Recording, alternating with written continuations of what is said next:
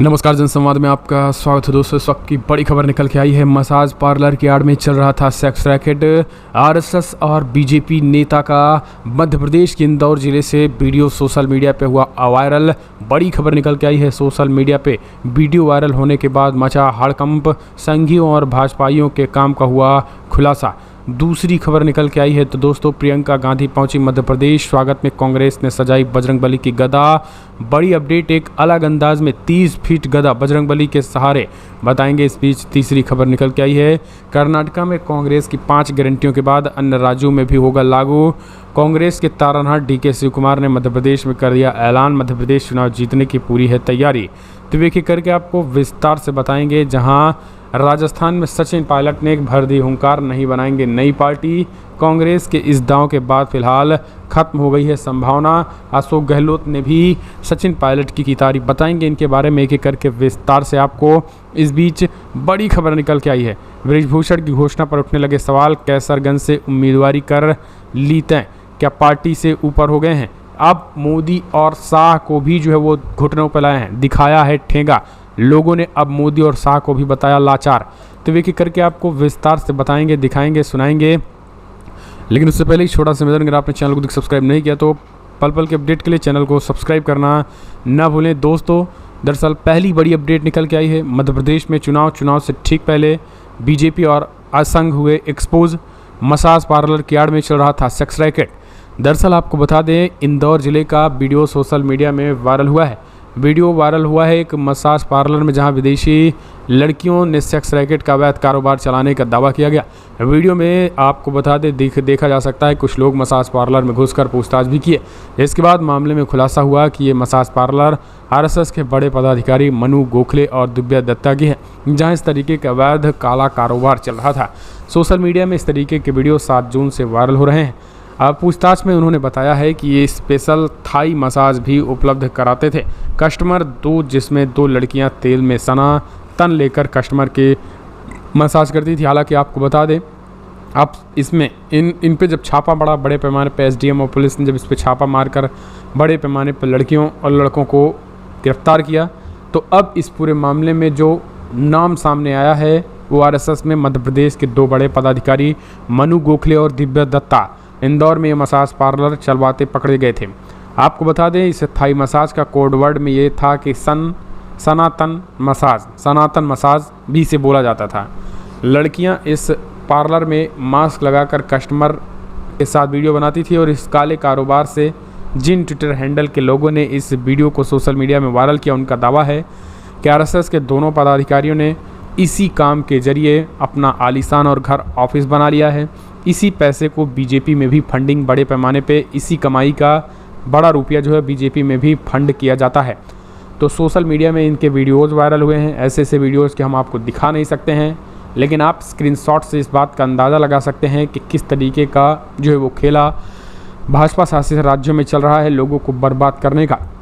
तो बस अब आप इस वीडियो को ज़रा आप ध्यान से पढ़कर आप समझ सकते हैं। फिलहाल अगली खबर ले लेते हैं। दोस्तों, प्रियंका गांधी आज मध्य प्रदेश के जबलपुर पहुंची। उनके पहुंचने से पहले कांग्रेस ने सजाई बजरंगबली की गदा। ऐसा स्वागत देखकर भाजपाई रह गए सन्न। दरअसल मध्य प्रदेश विधानसभा चुनाव में अभी भले ही कुछ समय रहा हो, बजरंगबली की एंट्री अभी से हो गई है। अनुमान के विपरीत इस चुनावी सभा में बीजेपी की जगह कांग्रेस बजरंगबली पर गदा लेकर आई है। पार्टी महासचिव प्रियंका गांधी ने सोमवार 12 जून को जबलपुर में आज पहुँच चुकी हैं। आदि शंकराचार्य चौक में बजरंगबली की 30 फीट ऊंची गदा सजाई गई। यहां प्रियंका के साथ पीसीसी चीफ कमलनाथ और उनके सांसद पुत्र कन्नाकुलनाथ की होर्डिंग भी लगी गई। माना जा रहा है कमलनाथ के हनुमान भक्त और सॉफ्ट हिंदुत्व के एजेंडे के तहत बजरंगबली की गदा का प्रदर्शन चौराहे पर किया गया। मध्य प्रदेश कांग्रेस कमेटी विभाग के अध्यक्ष के मिश्रा के मुताबिक हनुमान जी की 30 फुट की गदा पूरे शहर में लगाई गई है, जो न्याय के विजय का प्रतीक है। आदि शंकराचार्य चौक में गदा सजाने वाले पूर्व वित्त मंत्री और पश्चिमी विधानसभा से विधायक तरुण भनोत का कहना है कि बीजेपी ने मर्यादा पुरुषोत्तम भगवान श्री राम के नाम का दुरुपयोग किया। श्री राम के अनन्य भक्त भगवान हनुमान, उनके तरीके से उनका गदा कर्नाटका में चला था और वही गदा मध्य प्रदेश में भी चलने जा रहा है। तो इसे हम एक तरीके से कह सकते हैं कि जिस बजरंगबली को मुद्दा बनाया था बीजेपी ने कि बजरंग दल का अपमान, उसी बजरंगबली का मुद्दा मध्य प्रदेश में बना करके प्रियंका गांधी को लेकर के जो स्वागत की तैयारी है, जो पूरी तरीके से कार्ड खेला गया है हिंदुत्व का, इससे बीजेपी धड़ाम हो चुकी है।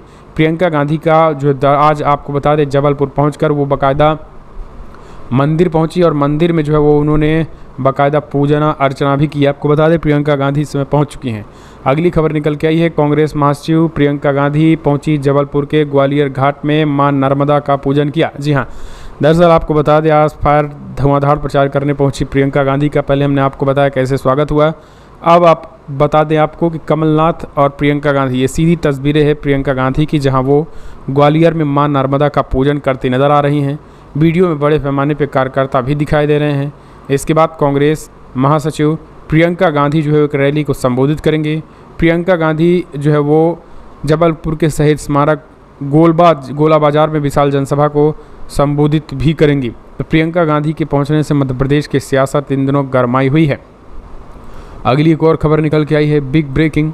आपको बता दें जहां कर्नाटका में कांग्रेस की 5 गारंटी अन्य राज्यों में लागू होगी, DK शिवकुमार ने बताई संभावना। दरअसल आज बची खुची एक गारंटी जो कि जिसमें फ्री बस के जरिए महिलाओं को यात्रा करने की गारंटी भी आज पूरा हो चुकी है। तो कर्नाटका में लागू इन 5 गारंटियों के जरिए कांग्रेस पार्टी पूरे देश भर में चुनाव लड़ने की तैयारी है। कांग्रेस के कर्नाटका में तारनहाट DK शिवकुमार मध्य प्रदेश पहुंचे के साथ साथ उन्होंने 5 गारंटियों पूरी होने के साथ उन्होंने ऐलान कर दिया कि अब कर्नाटका में लागू 5 गारंटियां पूरे देश भर में लागू होने का समय आ गया, खास करके आगामी 5 राज्यों में, जो कि मध्य प्रदेश, छत्तीसगढ़, राजस्थान और तेलंगाना और एक राज्यों में जो है वो पूरी तरीके से लागू होगी। जहाँ जहाँ चुनाव होंगे कांग्रेस की ये गारंटियाँ लागू होंगी। इससे महिलाओं का भी बड़े पैमाने पर वोट मिलेगा। इसके साथ हर तबके को जो है वो लुभाने की तैयारी इस गारंटी के जरिए है, क्योंकि यहाँ पर जो गारंटी लागू की गई है इससे बीजेपी जो है वो पूरी तरीके से बीजेपी बैकफुट पे है और कांग्रेस अब फ्रंट फुट पे है। इन्हीं गारंटियों के जरिए चुनाव खेला जाएगा। अगली एक और खबर निकल के आई है, सचिन पायलट अब नहीं बनाएंगे पार्टी, कांग्रेस के दाव के बाद खत्म हो गई संभावना।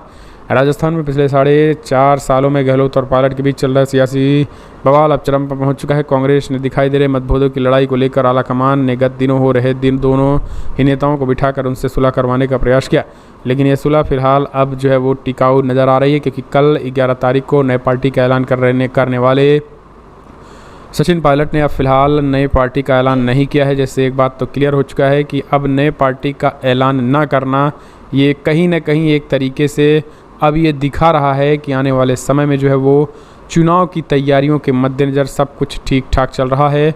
और अगर ऐसा हुआ तो फिर आने वाले समय में बीजेपी की मुश्किलें बढ़ेगी, क्योंकि जाहिर सी बात है नई पार्टी का गठन नहीं होगा तो भारतीय जनता पार्टी को मुश्किल होने वाली है। फिलहाल आपको क्या लग रहा है कि सचिन पायलट ने जो कुछ किया वो ठीक है? तो कमेंट के माध्यम से अपने सुझाव दें। अगली एक और अपडेट, बृजभूषण की घोषणा पर उठने लगे सवाल, कैसरगंज से उम्मीदवारी कर ली तय, क्या पार्टी से ऊपर हो गए हैं? पार्टी मोदी और शाह को दिखाया ठेंगा। यूपी के कैसरगंज के सांसद बृजभूषण शरण सिंह लोकसभा चुनाव 2024 के लिए अपनी उम्मीदवारी की घोषणा कर दी। गोंडा में आयोजित रैली के बाद उन्होंने कहा कि लोकसभा चुनाव 2024 में अलवर कैसरगंज से ही चुनावी मैदान में उतरेंगे। इस प्रकार से उन्होंने एक बार फिर कैसरगंज में अपनी उम्मीदवारी घोषित कर दी। भारतीय जनता पार्टी में परंपरा रही है कि चुनाव समिति उम्मीदवारों के नामों का चयन करती है और उनकी घोषणा की जाती है। अभी तक भाजपा में नेता के स्तर पर चुनाव लड़ने की घोषणा की परंपरा नहीं रही है। गोंडा की रैली के बाद बृजभूषण की रणनीति पर सवाल उठने लगे हैं। सवाल ये भी है कि क्या बृजभूषण शरण सिंह खुद को पार्टी से ऊपर मानने लगे हैं?